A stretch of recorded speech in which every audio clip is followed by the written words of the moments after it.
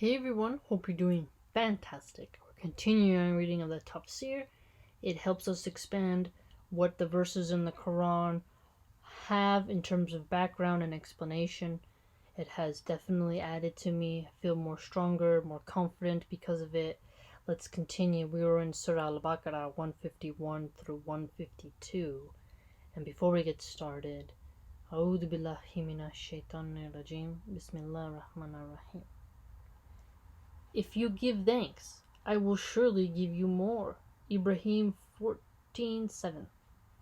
In these two verses, Allah instructs us to give thanks after receiving the spiritual blessing of knowledge, purification, and learning good manners, as well as being helped to do good deeds. And He tells us that this is the greatest of blessings. In fact, it is the real blessing that will last after other blessings vanish. See, that's cool how He puts it. Blessings being able to vanish. It's for an appointed time that you will have it. It's not forever. So you can't be withholding or anxious or impatient. Spiritual blessings of knowledge. I've felt that, and when you get those little insights, you have to really be thankful for it, because without it, how are you going to learn? How are you going to have any type of salvation? The one who is guided and enabled to acquire knowledge or do good deeds should give thanks to Allah for that, so that He may increase His blessing to them, and so as to ward off self-admiration. Okay, so, the ego, right? That's why you always say, all praise is due to Allah. To recognize and accept the fact that it's not by your will alone, it's by the will of Allah that has granted you the strength and ability to do it. Not to worship your own mind and to become arrogant and to worship at the foot of a person in a white lab coat. So they should busy themselves with giving thanks, constantly saying praises and giving thanks for all your blessings, instead of envying someone else who has something, right? Because the opposite of gratitude is ingratitude. Allah forbids it opposite and says, and do not be ungrateful. What is meant by ingratitude here is the opposite of gratitude. It is ingratitude for and denial of blessings, and the failure to appreciate them and fulfill one's duties with regard to them. So your duty is to show a full appreciation and never deny your blessings, isn't it? And which of your favors of your Lord will you deny? And repeats, right? It may be understood as being general in meaning, hence ingratitude is of many types, the most serious of which is disbelief in Allah. Then sins of different types, such as associating others with Allah, and sins that are less serious than that. So disbelief being one of them, just not being sure, and stuff like that. Gotcha. Okay, now we're in 153, so Al-Baqarah 153. 153. O you who believe, seek help through patience and prayer, for Allah is with those who are patient. Yes, right? You be patient, help can come. Help can come. Here Allah, the Exalted, commands the believers to seek help in their religious and worldly affairs through patience and prayer.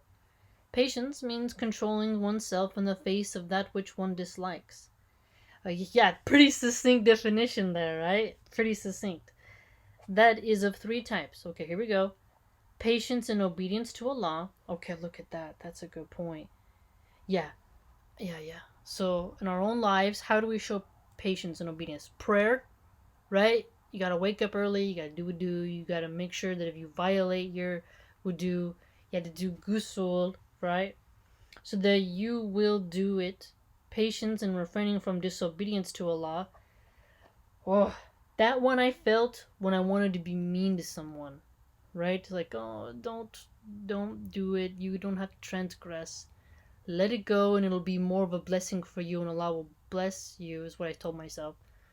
If you don't say what you wanted to say to this person, even though you're 100% justified, but you can get some type of, catharsis from it, but you could let it go, take that suffering in, and hand it over to Allah, and hand it over. Don't die on that hill, as they say.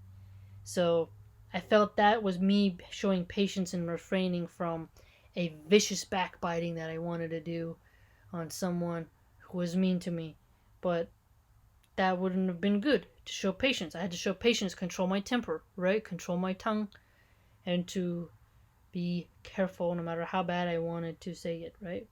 Some people deserve it in certain moments, but other times you can let it go, so that you will not do it. And patience in accepting the decree of Allah when it is hard. Yeah, yeah. Definitely been feeling that lately. Definitely. And felt that when my guinea pig died, too. So that you will not resent it. Patience is a great help in all matters, and there is no way for one who is not patient to achieve his goals. Hey, yeah. We're becoming more impulsive now. More impulsive now. Quick, quick, quick, quick, quick. Okay, 40-second, 4-minute attention span. Everything gotta be quick. Bullet points, bullet points. Especially with regards to acts of worship that are difficult and to be done regularly, because they require a great deal of patience to bear the hardship involved. Yeah, I had a hardship with certain scheduling stuff, and I persevered through it, and it cost me in the end, but in the end, that reward, hopefully through accounting, if I've earned it, will be recognized and validated and accepted as a form of worship. So hardships, dealing with them in patience is important.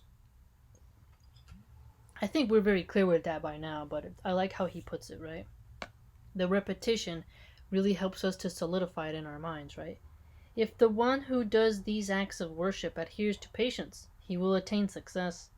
But if he is deterred by difficulty and hardship, and does not have the patience to persist in these acts of worship, he will not achieve anything, and he will be deprived. Okay, so you'll be deprived if you don't practice patience. Okay. Similarly, the sin for which one has a strong inclination, and which is within one's means, is something that cannot be resisted except by means of great patience. I had something like that before. Wow, yeah. When you get a real strong pull, you gotta have patience. Whew, right? I think we all can have examples of that. Resisting one's inclination for the sake of Allah. Yeah, I've done that. Done that. Done it. Yes. Inclined towards something, and it just has this magnetism to it, and you're like, I don't want to do that. That's not good. I need to double think that, right? I'm going to do it for the sake of Allah. Allah help me, right? That's what you say to yourself when moments of like that. And by seeking Allah's help to protect one from it. Yeah, I definitely, just so true. Just so true, right? For it is one of the greatest temptations. Yes, when you're tempted, that is when you have to have patience, and it's hard. It can be very hard, but you're like, no. And is also a very difficult test, especially if it is ongoing. Oh my goodness. Right? If it's something ongoing that fuels your great temptation, and you have to practice patience with it, that is quite difficult, but commendable, right? In such cases, willpower and physical strength grow weak. That is very true. Very true. And some people desire to break down your will. They desire to reduce your strength, to crush you, submit you, to reset you. Yeah, you have to have patience and endure. Like, no, past the affliction, keep going, right? It may lead to resentment, unless one resists it by means of patience for the sake of Allah. Yeah, I've done that now. I feel like I've gotten to the level to where I'm a little nervous, like I hope I never, go back to getting resentful, because I used to get resentful when certain people would get a job promotion that I felt I'd earned, and I was more qualified for, and I didn't get it, and someone else with less experience, who wasn't as skilled, got it. You get resentful. Now, I'm not gonna get resentful like that. God willing, I won't. Please don't let me. But I definitely feel more at ease. I don't always have to be the best one in the room anymore. And if I don't get recognized for being the best, I don't feel that as resentful. I just feel like, well, it is what it is. Let it be. Give it to God. And puts one's trust in Him, turning to Him and expressing one's constant need for His help. Oh my goodness. Every time I go in the bathroom now, I put on the doorpost what you say when you go into the bathroom.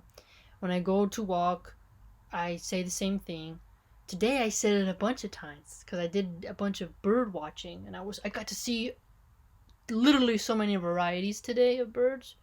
I was like, thank Allah. Just I'm in your need of help, and I had to kind of go by some bushes. You don't know if there's someone in the bushes there. I had a knife, so take someone out if they try to hurt me. But okay, I'm going out. I gotta be safe. I still look around. I'm still cautious. Make sure no one's following me or doing weird things, because some people are just lollygagging around, and you get kind of suspicious of them because they're acting a little weird. But I recognize I am in constant need of God, and I definitely keep that in my consciousness. What about you, fam?